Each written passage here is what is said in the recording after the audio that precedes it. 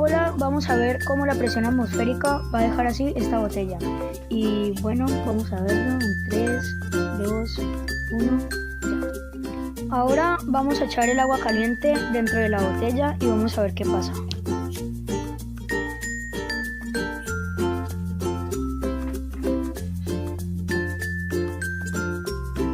Bueno, no la llenamos toda, pero sí por lo menos un cuarto o algo así. Y ahora, como vemos, la tapamos y ahora, como ven, pues se está contrayendo debido a la presión atmosférica, porque está muy caliente. Entonces todo lo caliente se va. Entonces